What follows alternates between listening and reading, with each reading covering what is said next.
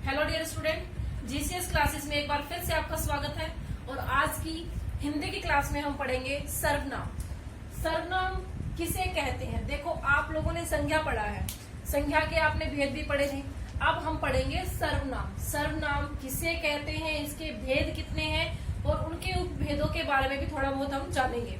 तो सर्वनाम कहते किसको, सबसे पहले हम ये देख लेते हैं। देखो, संज्ञा के स्थान पर जो शब्द आता है उसको हम सर्वनाम कहते हैं। मतलब संज्ञा की जगह पे, जैसे राम है, राम की जगह पे हम वह, यह, उसके डालते हैं, तो वो आपका क्या है, सर्वनाम कहलाएगा।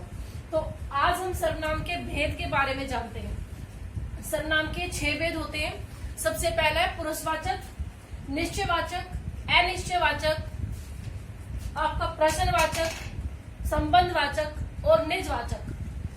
अब पुरुषवाचक के 3 भेद होते हैं। एक तो होता है उत्तम पुरुष, मध्यम पुरुष और अन्य पुरुष। देखो, उत्तम पुरुष क्या होता है? मैं, जिसमें क्या आता है? मैं, हम, हमारा, अपना। मतलब जो हम अपने खुद के लिए, स्वयं के लिए जो यूज करते हैं, जो शब्द हम लगाते हैं, वो आता है हमारा किसके? उत्तम पुरुष में। चलिए एक एग्जाम्पल के तौर पे हम कर लेते हैं। देखो, मैं आपसे बात कर रही हूँ, इस टाइम पे मैं क्या हूँ? उत्तम पुरुष हूँ। और आप मेरी बात सुन रहे हो, आप क्या हुए मेरे लिए? मध्यम पुरुष। मतलब मैं आपसे बात कर रही हूँ, ठीक है? तो मैं आपसे बात कर रही हूँ, मैं क्या हुआ? उत्तम पुरुष। और आप क्या हुए? मध्यम पुरुष। अब हम किसी तीसरे की बात कर लेते हैं। आपकी किसी इंग्लिश टीचर या फिर आपकी एसएसटी टीचर, उसके बारे में बात करते हैं, तो वो हमारे लिए हुआ अन्य पुरुष। क्या हुआ? अन्य पुरुष। तो ऐसे ही एग्जाम्पल से एक बार देखते हैं। तो उत्तम पुरुष के लिए क्या लगता है? मैं, हम, अपना, मेरा। तो जो भी शब्द हम अपने लिए लगाते, देखो मैं है ना, मैं हमेशा ही हमेशा उत्तम होता है। सबसे अच्छा कौन होता है? मैं, उत्तम पुरुष। तो सबसे अच्छा हुआ मैं, खुद अच्छा हुआ, तो उसके लिए क्या लगाओगे? उत्तम लगाओगे। मतलब सर्वोत्तम ही, उत्तम ही सर्वोत्तम है। और मध्यम मतलब आप, हाँ आप मेरी बात सुन रहे हो, आप मेरे लिए थोड़ा बहुत ठीक ठाक हो, आप मेरे लिए थोड़ा अच्छे हो, इसलिए तो मैं आपसे बात कर रही हूँ, है ना? तो आप मेरे लिए क्या हुए? आप, आपको, तुम, तुम्हें, तुम्हारा, ये सारे क्या हुए? मध्यम पुरुष। मतलब आप मेरी बात सुन रहे हो। उसके बाद अन्य पुरुष। अगर उत्तम पुरुष और मध्यम पुरुष के द्वारा कोई बात किसी तीसरे व्यक्ति के लिए कही जाए तो वो होगा अन्य पुरुष। मतलब वह, उसको, उन्हें, उनको, जो ये शब्द आते हैं वो होते हैं हमारे अन्य पुरुष। चलिए हम निश्चयवाचक के बारे में बात करते हैं। निश्चयवाचक में देखो, मैंने कहा कि अगर आपके घर पे कोई भी आ जाता है, कोई खाना है या कुछ भी है, कोई फ्रूट है, और आपने अपना फ्रूट जो है, अपना फल टेबल पे रख दिया और आपकी मम्मी ने पूछा कि ये फल किसका है, तो आप कहते हो ये फल मेरा है। मतलब ये जो आपने निश्चय कर दिया कि वही फल आपका है, इसके अलावा आपका कोई भी फल नहीं है। तो मतलब इसके लिए क्या लगेगा? यह, वह।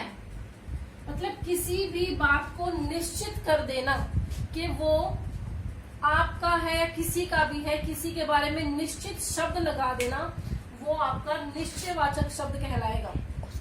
उसके बाद आपका आता है अनिश्चयवाचक। अनिश्चयवाचक में कैसे?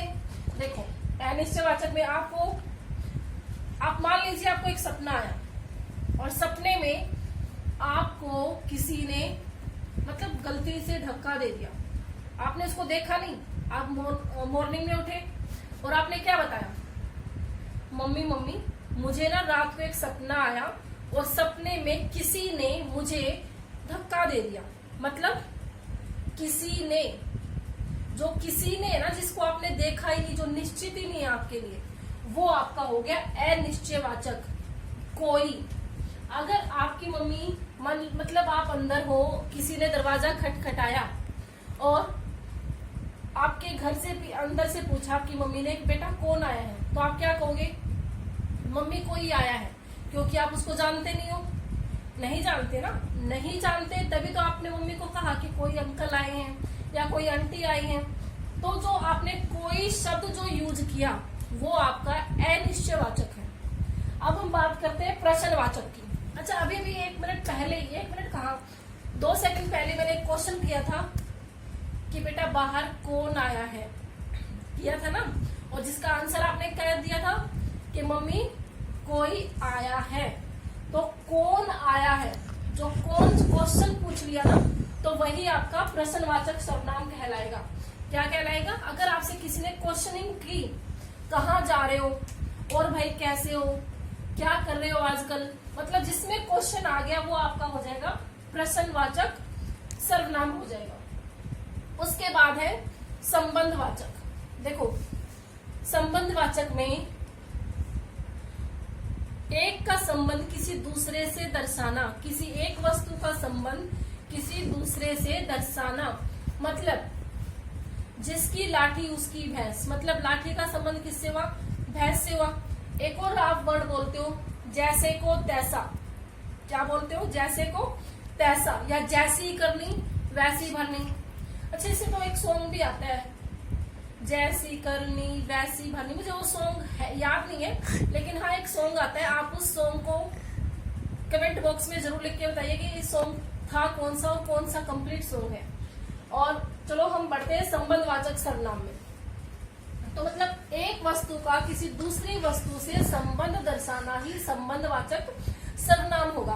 कैसे? मैंने अभी आपको बताया, जैसे को तैसा, और जहां चाह वहां रा, जहां चाह वहां रा, जिसकी लाठी उसकी भैंस, मतलब जिसकी लाठी है उसी की भैंस है और किसी की भैंस नहीं है। जैसा करोगे वैसा भरोगे, मतलब आप जैसा कर्म करोगे वैसा ही आपको फल मिलेगा। तो ये एक दूसरे से संबंध दर्शाते हैं।